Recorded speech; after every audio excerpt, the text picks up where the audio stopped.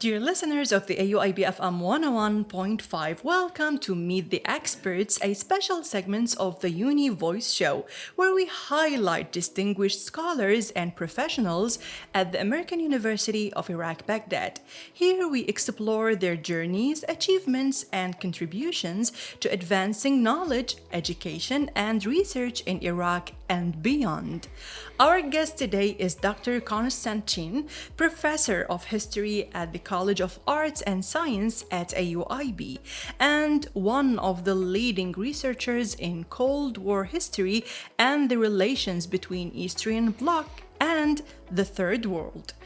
Dr. Konstantin has had a remarkable academic career that took him from France to Germany and the Czech Republic before joining AUIB. His research focuses on the history of education, decolonization, socialism, and federalism.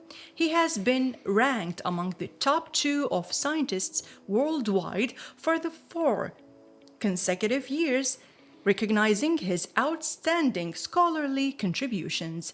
In today's interview, we will talk about his academic and professional trajectory, his research, and the experience at AUIB new project, and the lessons from history that continue to shape our understanding of the present. But first, I have to say hello and welcome to Dr. Konstantin. How are you today? And we are very happy to have you with us today. Thank you very much for having me at your show. I'm very pleased to be with you. Thank you for the invitation. You're welcome. Dr. Konstantin, welcome to Meet the Experts from the beginning. And to begin, could you tell us more about your academic and professional journey from earning your PhD in Paris to working in Germany and a lot of countries around the world, and now here at AUIB? Sure, yes, and a little bit before earning my PhD. Actually, I graduated from the University of Athens in Greece with honors, and then I took the only scholarship that existed to pursue postgraduate studies abroad in history. There was one scholarship per year, so I was lucky and I studied hard to get it. Today there are no scholarships anymore, unfortunately. Anyway, with this scholarship, I chose to go to France for my master's and PhD, and I was admitted at the Higher School of Social Sciences in Paris. It's an important school for our fields. It was my dream to be there, so I was admitted. I wrote my master's and my PhD in France.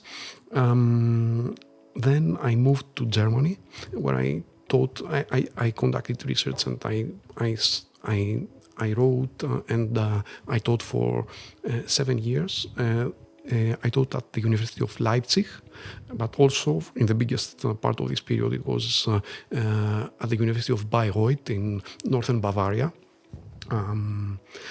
Before I moved to Prague, at Charles University in Prague in the Institute of World History. And then in 2023, I was honored to be offered a position of associate professor here at the UIB. And since 2023, I'm with you here. Okay. So your research focuses on the Cold War, decolonization, socialism, and the relations between the Eastern Bloc and the Third World. What first inspired you to explore these fascinating historical themes? Yes, well, it is the field that we call contemporary history. Actually, let's say, roughly speaking, the last 100 years, or after the Second World War. When I embarked on my master's program, it was the period when the Eastern European countries, the former socialist countries that you know, this Czechoslovakia, socialist Poland, post-Soviet countries and so on, they opened their archives. The archives of the socialist countries. And this was, historians, they need archives to conduct, to do research and to write, to produce. So it was, for historians like me, it was the gold rush to go into these archives and to choose from a vast array of possible topics. We were the first to work there. I was one of the first, actually. I chose as a topic the relations between Eastern Europe, socialist Eastern Europe, and the Soviet Union, with the countries of Asia and Africa, which acceded to independence, decolonized in the 1950s and 60s. Then I narrowed down the topic. I focused more on Africa, and I'm still working on different subjects related to this field. So this is my field. Okay. Dr. Konstantin, we have to highlight this. You have been ranked among the top 2 of scientists in the world for the fourth consecutive year. What does this recognition mean to you personally, and both maybe personally and professionally? Yes, thank you for asking me this question. You're welcome. I learned the results of Stanford University and Elsevier, which is basically the database of all scholarly journals. They were released 2 weeks ago, and I was excited to learn this news. On the professional level, I was very, very happy. It is a recognition that does not come from one institution or from above. It's actually because this is how the data is produced. They count how many times your name and your scholarship has been referred to, cited, praised by other people in the field. So it's from the bottom up how this works. It is a recognition by my colleagues, by people that I never met, I would probably never meet, I don't know. They use my texts, they use my research, and they cite me. So I was very happy. At the same time, on the personal level, to be honest with you, it stresses me a lot. Because we have to keep up with these things, we have to remain on this position, we have to continue to publish and to publish good things, to write good texts that bringing new insights in scholarship, fresh ideas, working with new material, be productive, producing knowledge. So I have to keep up with this and to continue to be on It's a huge responsibility at the end. And I'm sure that you're doing very well with that, and you can handle that at the end. How has your experience been so far at the American University of Iraq, Baghdad? What stands out to you the most about the students and the academic environment here? Yes. It is a very beautiful experience. It is the most exciting education project I have ever been part of, honestly. We are in the country that created and revolutionized technology, knowledge. It was a powerhouse of knowledge in the ancient period, in the Sumerian, Akkadian period, the Babylonian period. Then it's also your country is also the country of the Islamic Enlightenment. And being here now at AUIB in this fantastic education institution, it's a huge responsibility. We have to measure up. Yes. But we love this. We love this educational mission, and we are doing our best. Excellent. Now, our students, they help us a lot because they are bright. They have thirst for knowledge. They enjoy the classes. They enjoy class discussions. They are liberal-minded, open-minded kids, and they make our life more beautiful. And our commitment stronger for these students. Our commitment is for these students first and foremost. These are our kids. Excellent. Dr. Konstantin, could you share with us some insights into your recent or upcoming research projects? Are there particular directions or collaborations you are especially excited about? Yes, as I said, I try to keep up with scholarship and remain productive. I'm editing a volume together with a German colleague, a German historian. It is about Eastern Europe and the Middle East. We'll also refer to Iraq. By the way, I would love to pursue a project on Iraq and Eastern Europe. I know that Iraq had plenty of relations with East European countries, post-Soviet countries. So this is a future project. Maybe some people from your audience can reach out to us with good ideas. I also work for Cambridge University Press because I signed last week a contract with Cambridge University Press to deliver a chapter for the Cambridge history of colonialism and decolonization. Wow. So it's yes. Congratulations for that. This is a big achievement also. It has not yet been achieved. Now that we'll have You're working on this. I will be working on this during the break, yes. Well, good luck with this journey. You are welcome. Okay. Having worked across several European universities and now in Iraq especially, how do you view the internationalization of research and higher education in your field? Yes.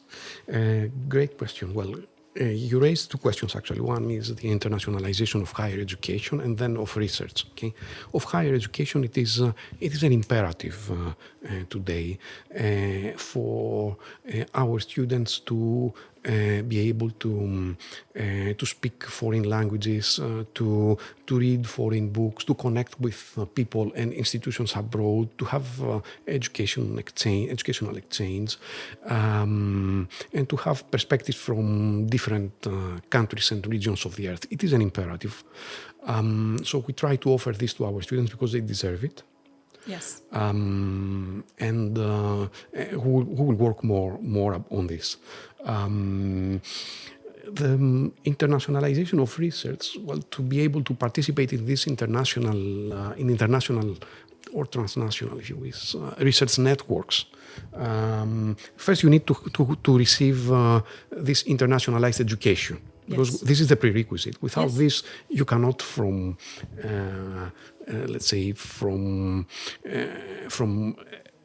a non-international place, you cannot move into international scholarship. Let us be honest. Okay. Now, at the UIB, we will develop research, and we are putting the foundations now to develop research in different fields, and our students will be equipped, will have the skills to be part of international research networks.